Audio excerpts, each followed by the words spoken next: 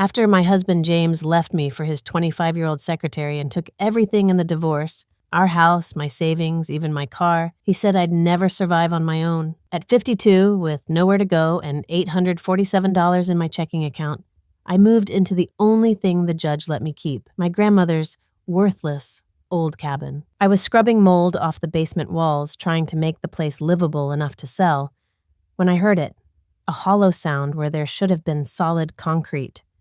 I pulled back the rotting paneling and found a hidden door. Behind it was a room my grandmother had built in secret. Filing cabinets lined the walls, each drawer labeled with dates going back to the 1960s. On the desk sat a letter with my name on it, written in her handwriting, dated 1 week before her sudden death. "Jennifer," it began, "if you're reading this, I'm gone and it wasn't natural. You need to know the truth about James. Everything you need is in these files. The cabin was never worthless. It was a vault. Don't let them do to you what they did to me." Before we continue, I want to thank you for being here.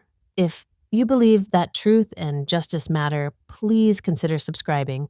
It's free and helps these stories reach others who need hope.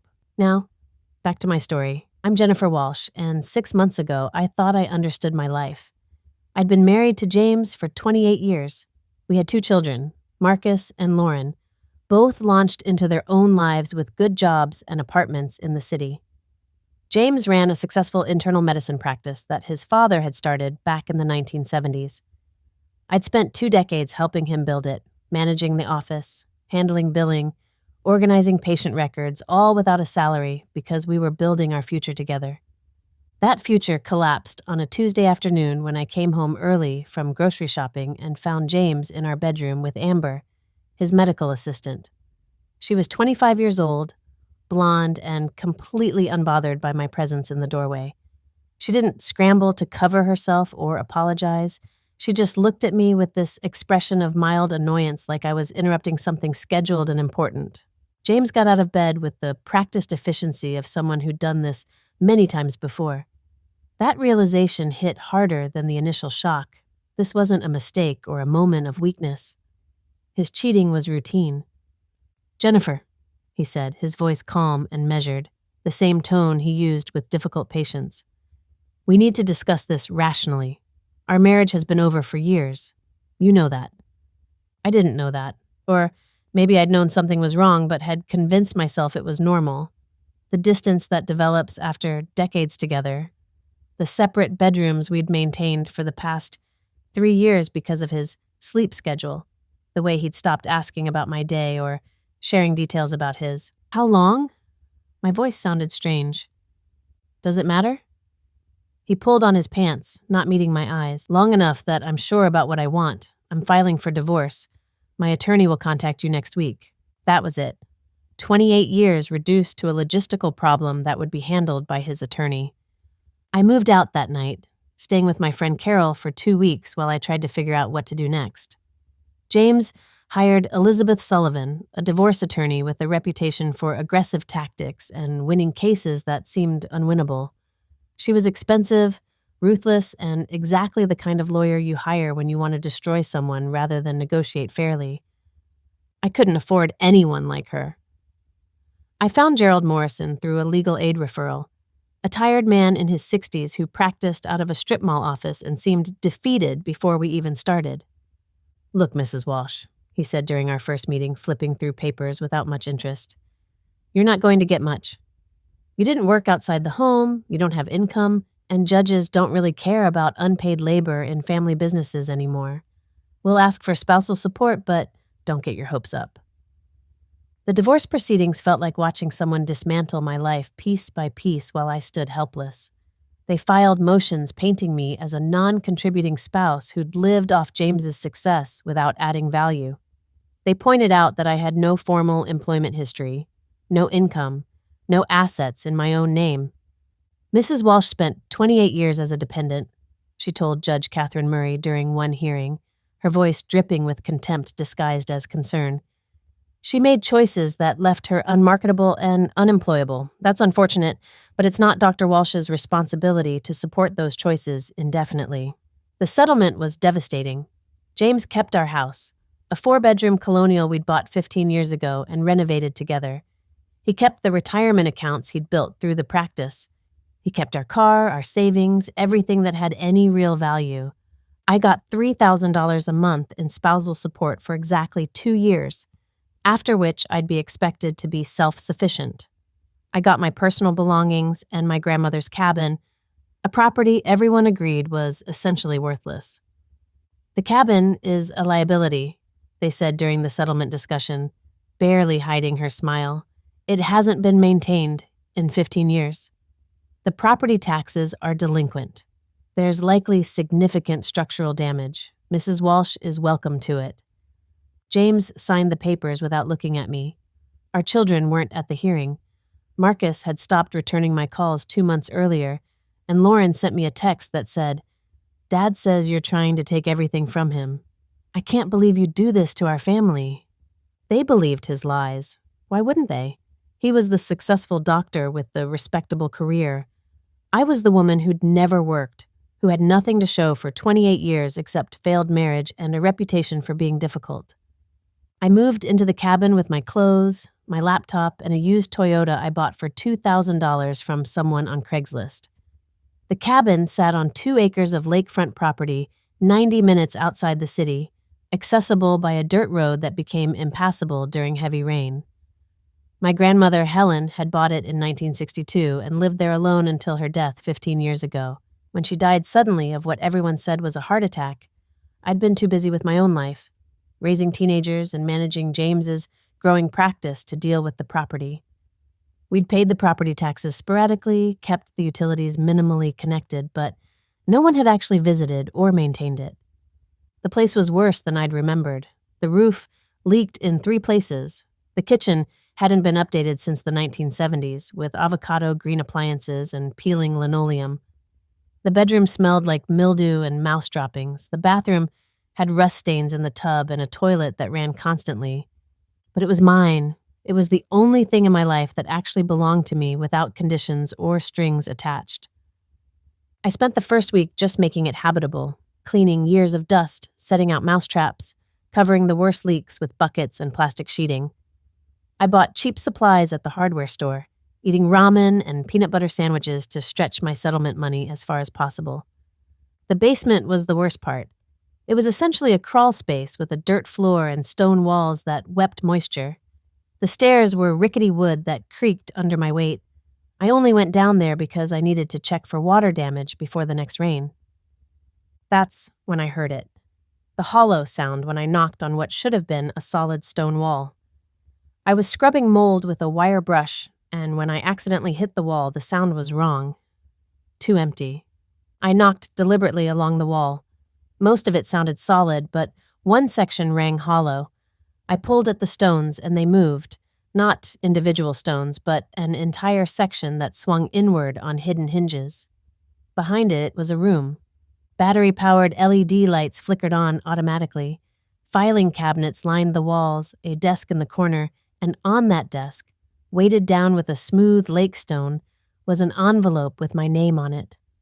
My hands shook as I picked it up. The handwriting was my grandmother's, precise and elegant. The date at the top made my chest tighten. October 15th, 2009, 1 week before she died.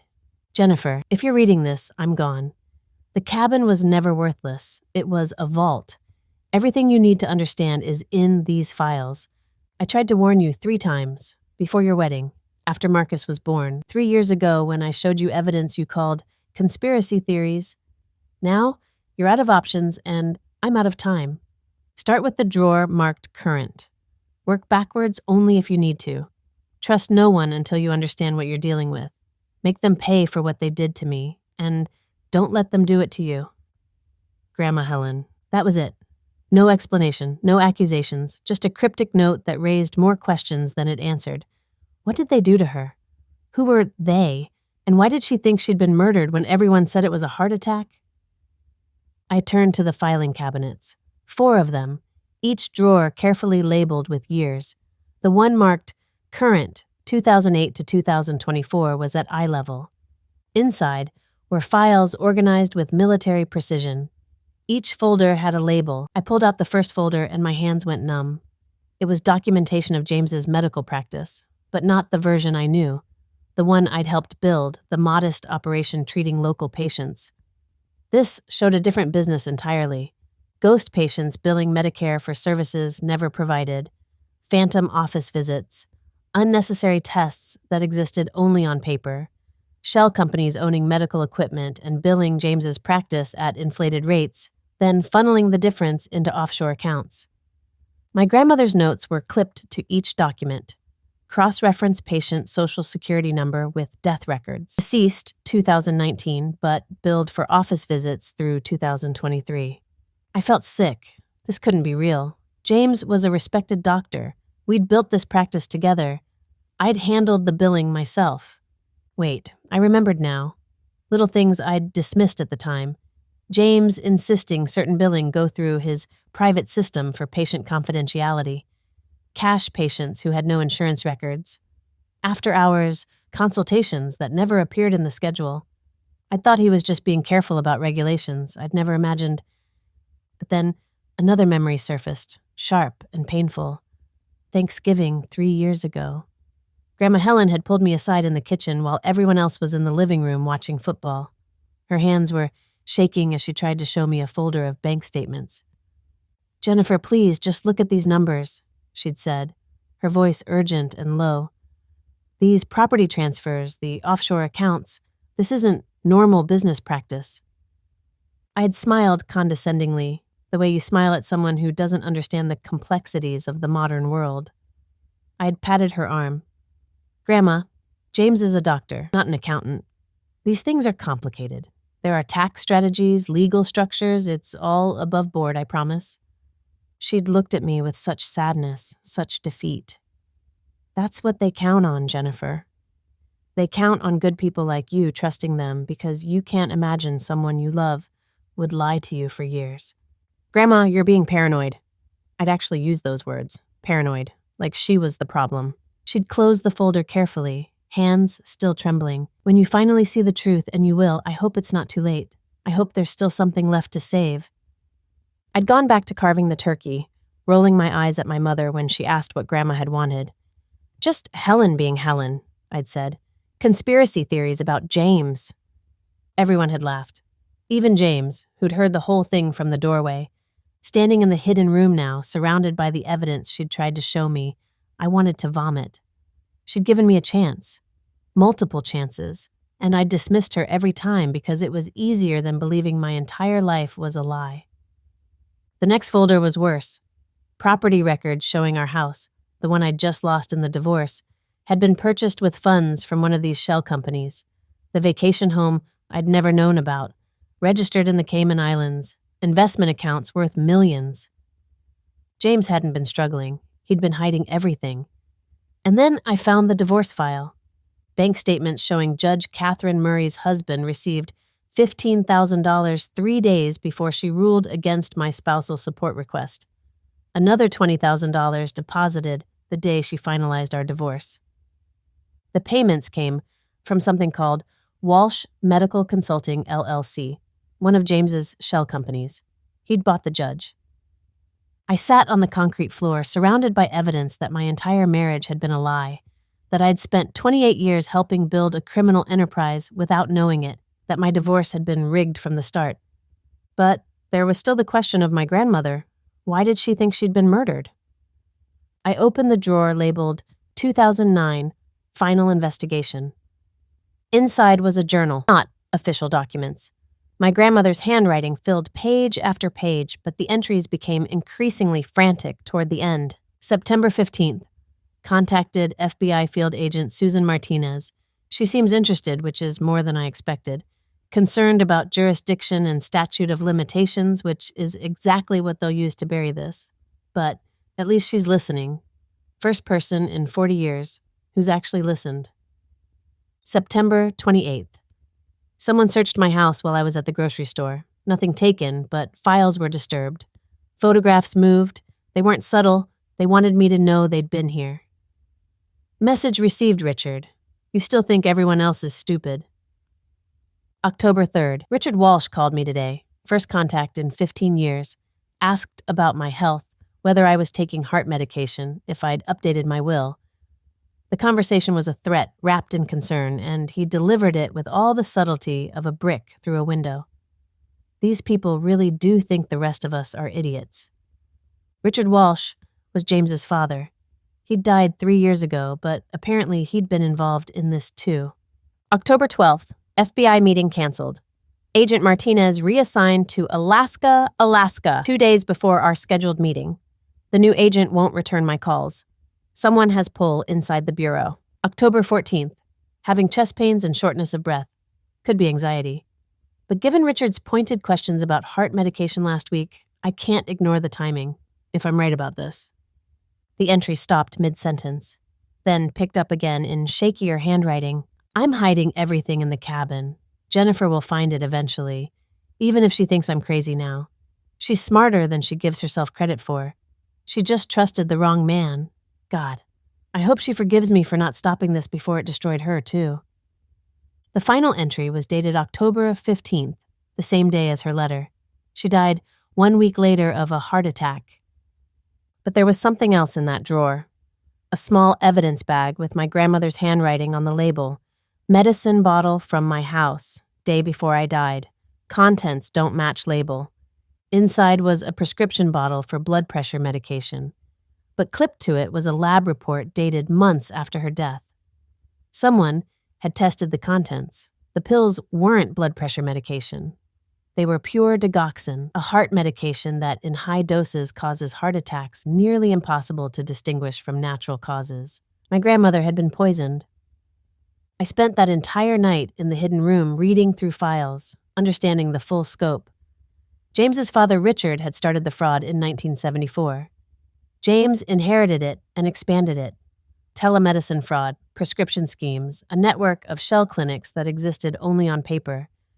But I kept coming back to one question. If my grandmother had all this evidence 15 years ago, why didn't she go to the FBI? Why hide it and do nothing? Then I found a folder marked Attempted Prosecution 2009. Inside were letters to the FBI, detailed evidence packages she'd sent, and responses, polite brush-offs about jurisdiction and statute of limitations. The promising agent got reassigned. The new agent never returned calls. Someone had blocked her investigation. There was a page of names with question marks. FB contacts of Richard Walsh, political connections. How deep does this go? My grandmother hadn't been paranoid. She'd been outmaneuvered. They'd shut down her FBI contacts, then murdered her before she could find another way. And now I had the same evidence, which meant I was in the same danger. I heard a car door slam outside. My blood went cold. It was 2 a.m. Nobody knew I was here. The cabin was at the end of a dirt road, 90 minutes from the city. I killed the lights in the hidden room and pulled the door closed, leaving just a crack to see through.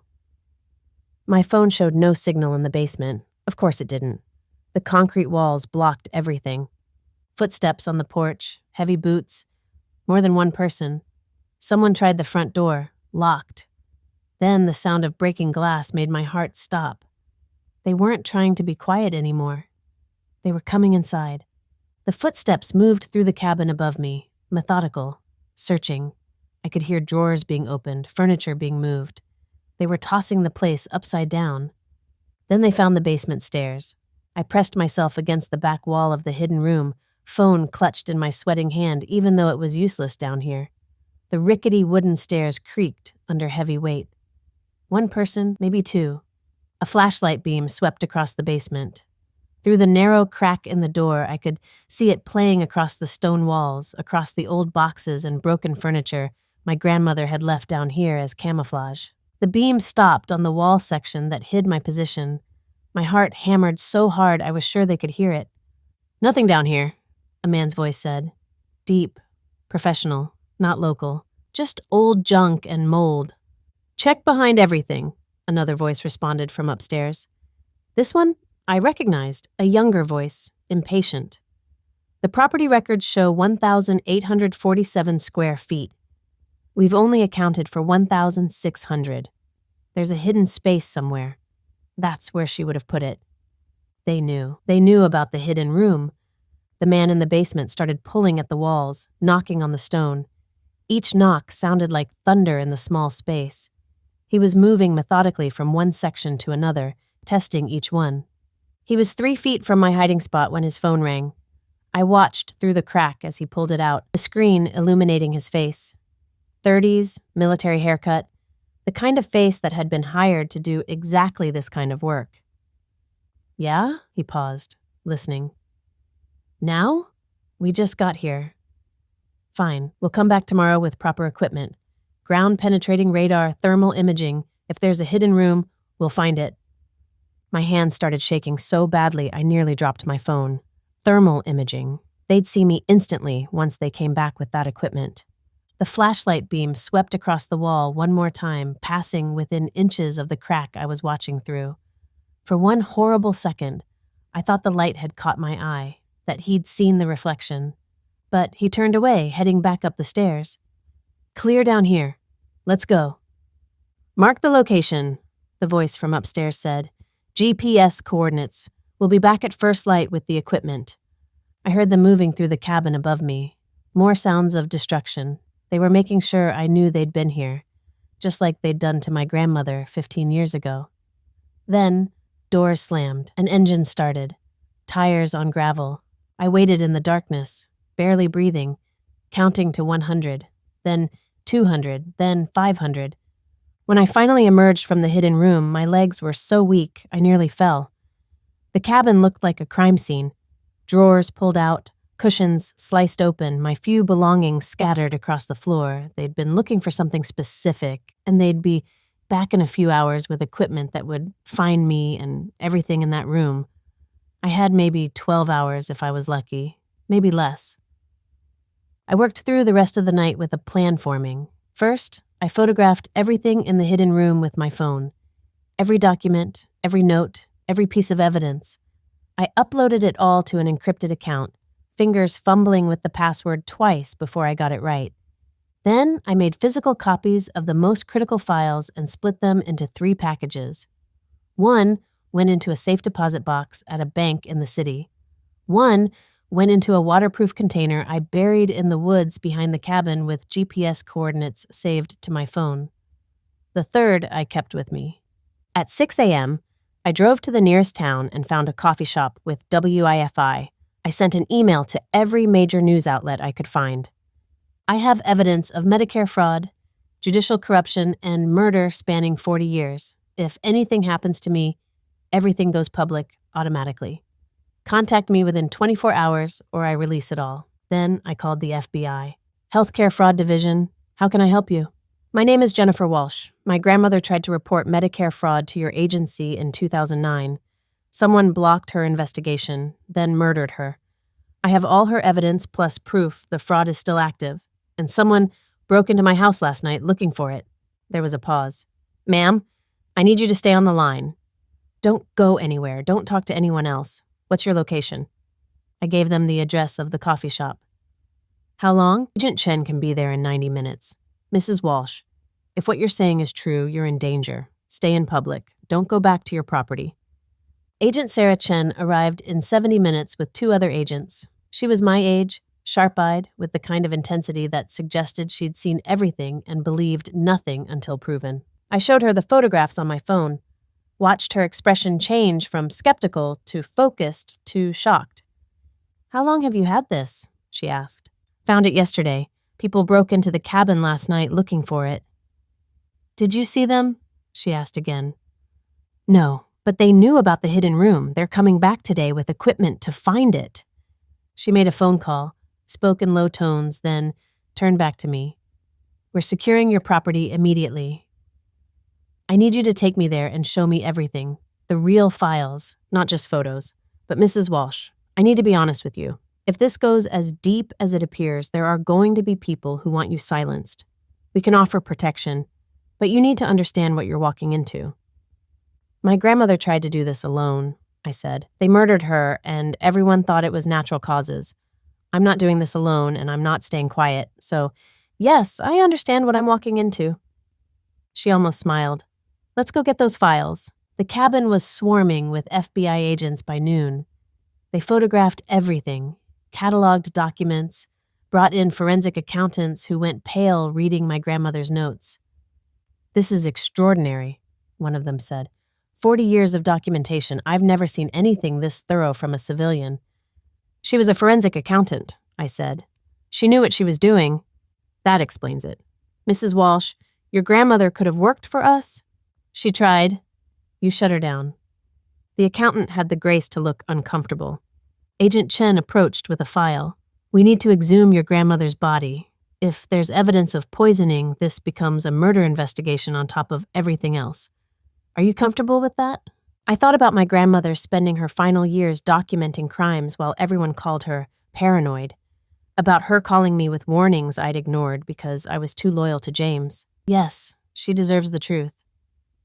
"There's something else you should know," Chen said quietly. "The agent your grandmother contacted in 2009, Susan Martinez, she was reassigned to a desk job in Alaska 2 days after their meeting. She tried to fight it, but was told it came from above. We're trying to figure out who had that kind of pull." "So there's someone inside the FBI protecting this?" "Maybe. Or someone with enough connections to influence assignments. Either way, this goes deeper than your ex-husband." My phone buzzed. A text from an unknown number. "You made a mistake contacting the FBI. Stop now or your children will pay for your choices." I showed it to Chen. Her face went hard. "That's a direct threat. We're putting protection on Marcus and Lauren immediately. They won't talk to me. They think I'm trying to destroy their father. Then we'll protect them without their cooperation. And Mrs. Walsh, we're moving you to a safe house, starting tonight." The safe house was a nondescript apartment in a suburb I'd never heard of. 2 agents stationed outside 24/7, no contact with anyone without approval. I spent the first 3 days giving depositions, every detail of my marriage, my work in James's practice, what I'd found in the hidden room. Prosecutors joined by video conference asking questions I didn't always have answers to. "Did you ever suspect the practice was involved in fraud?" they asked pointedly. "No. I handled billing, but James said certain things went through his private system for patient confidentiality. I trusted him." "Did your grandmother ever explicitly tell you she suspected James?" "She warned me before the wedding that something felt wrong about him. I thought she was being paranoid." On the 4th day, Chen came to the safe house with news. We executed search warrants on James's practice, his home, and his known properties. Found servers with billing records, patient files, communication with shell company operators. "It's exactly what your grandmother documented." "So you have him?" I asked. "We have evidence, but his attorney is already spinning this as a vindictive ex-wife fabricating evidence. Elizabeth Sullivan is holding press conferences painting you as unstable." "Elizabeth Sullivan? She's still representing him?" "She's also under investigation now. We found evidence she knew about the bribed judge and facilitated payments. She's fighting to keep her law license." I felt a small spark of satisfaction. Not much, but something. "There's more," Agent Chen continued. "The autopsy results on your grandmother came back. Elevated digoxin levels consistent with intentional poisoning over several days. This is officially a murder investigation. Can you prove who did it?" "We're working on it. But Richard Walsh is dead, and we need someone alive to testify about the murder. We're hoping to flip one of James's associates." "What about the person who broke into the cabin?" "Still trying to identify them. But here's the thing, Mrs. Walsh. Whoever they are, they have access to detailed information about your grandmother's investigation. Which means there's likely still someone inside law enforcement feeding information to the Walsh organization." "Great. So I couldn't trust anyone except the agents in this room. The investigation dragged on for months. James was arrested and denied bail. Flight risk, they said, with access to offshore accounts. The media coverage was brutal. Half the outlets portrayed him as a respected doctor being destroyed by a bitter ex-wife. The other half suggested widespread corruption, but couldn't prove anything yet. My children still wouldn't talk to me. Marcus sent one email. The FBI came to my apartment, said I was in danger because of you. What have you done?" I tried to explain, sent him evidence, documentation, pleaded with him to look at the truth. He never responded. Lauren blocked my number entirely. Agent Chen warned me this would happen. "They're going to fight this.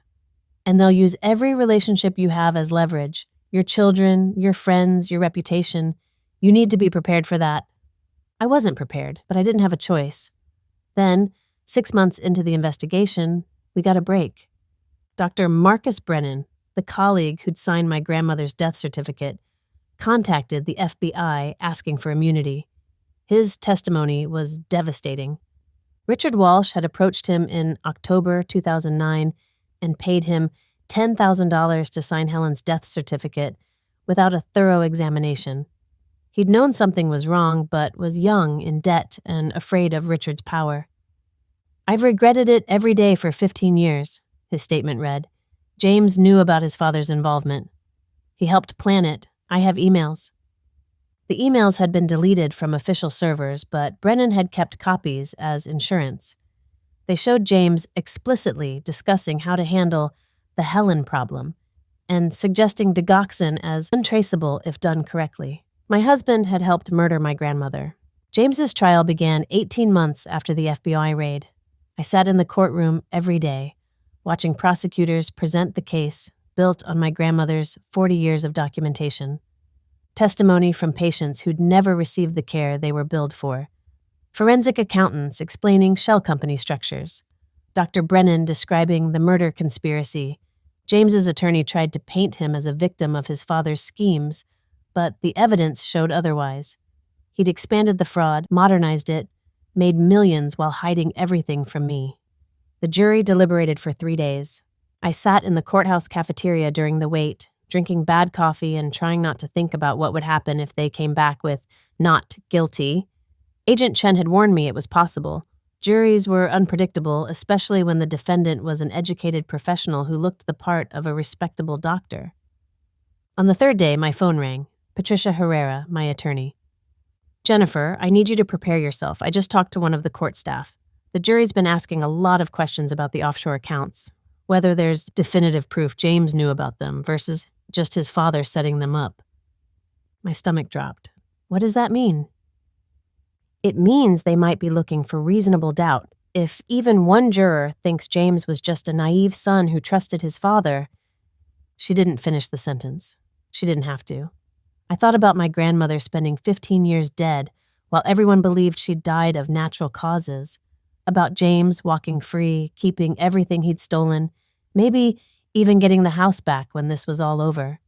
About me going back to that cabin with nothing changed, except now everyone would know I'd tried to destroy him and failed.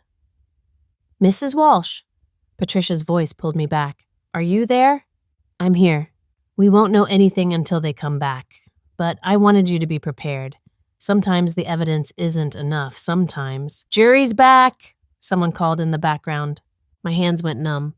3 days of deliberation and they were finally ready. I made it to the courtroom just as the judge was taking the bench. James sat at the defense table, his posture relaxed, confident. He looked over at me once and something in his expression said he thought he'd won. The jury foreman stood, a man in his 60s with gray hair and glasses. Has the jury reached a verdict? We have, Your Honor. My heart was hammering so hard I could barely hear over it. On the count of healthcare fraud, how do you find? Guilty. The word hit like a physical blow. I grabbed the bench in front of me to stay upright. On the count of wire fraud? Guilty. On the count of money laundering? Guilty. They went through all 47 counts. Guilty, guilty, guilty. James's confident expression crumbled. His attorney put a hand on his shoulder, but he shook it off violently. When they got to conspiracy to commit murder, the foreman's voice was firm. Guilty. The judge sentenced him to 18 years in federal prison and ordered forfeiture of all assets purchased with fraudulent funds. Everything, the house, the vacation properties, the investment accounts.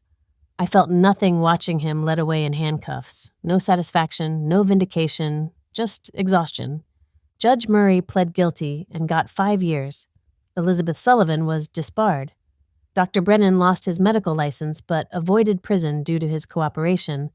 Then came the asset recovery. My attorney, Patricia Herrera, filed a civil suit arguing I'd been defrauded during my marriage and divorce. We proved James had hidden millions while claiming poverty, that he'd bribed a judge to rule against me, that he'd used me for 28 years as cover. The The settlement took another year. When it finalized, $6.8 million in recovered assets, plus the house I'd lost in the divorce, plus a formal vacating of the divorce judgment. At 54 years old, I went from $847 to multimillionaire. But there was still one question unanswered. Who had broken into the cabin? Who had inside information about my grandmother's investigation? Agent Chen called me 2 years after James's conviction. We found him, former FBI agent named Thomas Marsh. He'd been feeding information to Richard Walsh since the 1990s, warning him about investigations, blocking fraud cases, reassigning agents who got too close. He arranged Susan Martinez's transfer to Alaska.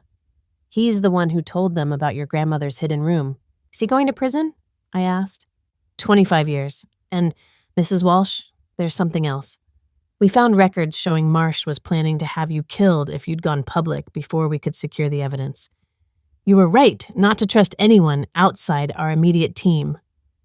I'd come that close. Marcus finally called me 3 years after the trial. His voice was thick with emotion. Mom, I read everything, the trial transcripts, the evidence, all of it. I'm so sorry. I should have believed you. Lauren came to visit at the cabin shortly after. We sat on the deck, now beautifully renovated, watching the sunset. Grandma Helen tried to warn me too, she said quietly, at my graduation. Told me to watch Dad carefully. I thought she was crazy. She wasn't crazy, I said. She was the only one paying attention. I used part of the settlement to establish the Helen Vaughn Foundation for Financial Justice. We help people who've been defrauded in divorces, fund forensic accountants, advocate for stronger protections. We also teach investigation techniques, the same meticulous documentation my grandmother used. Every year on the anniversary of her death, I hold a memorial at the cabin. Whistleblowers, investigators, attorneys come to share stories and honor her courage. I still live here most of the time. The cabin is where I feel closest to her, where I can work in her hidden room, now converted to a comfortable office, and feel grateful she never gave up. James sends letters from prison sometimes. They cycle between apologetic and bitter, claiming he was set up by people more powerful than him. I don't respond. There's nothing left to say. On my 55th birthday, I sat on the deck with wine, watching the sunset. My phone buzzed with texts from Marcus and Lauren, from friends, from people whose lives the foundation had changed. I thought about the woman I'd been at 52, devastated by divorce, convinced she'd never survive. That woman had no idea what she was capable of when pushed far enough. The cabin was never worthless. It was a vault containing everything I needed to reclaim my life. It wasn't just money. It was permission to fight back, to demand justice, to refuse to accept that powerful people get to destroy ordinary lives without consequences. I raised my glass to the sunset, to my grandmother's memory, to every person told they're worthless for refusing to accept injustice quietly. The lake was peaceful in the fading light, birds settling in for evening, the air smelling like pine and possibility. I'd lost everything, yet found something better. Not just security, but purpose. The kind of life my grandmother would have been proud of. The kind of story that reminds people truth is worth fighting for, even when it means risking everything.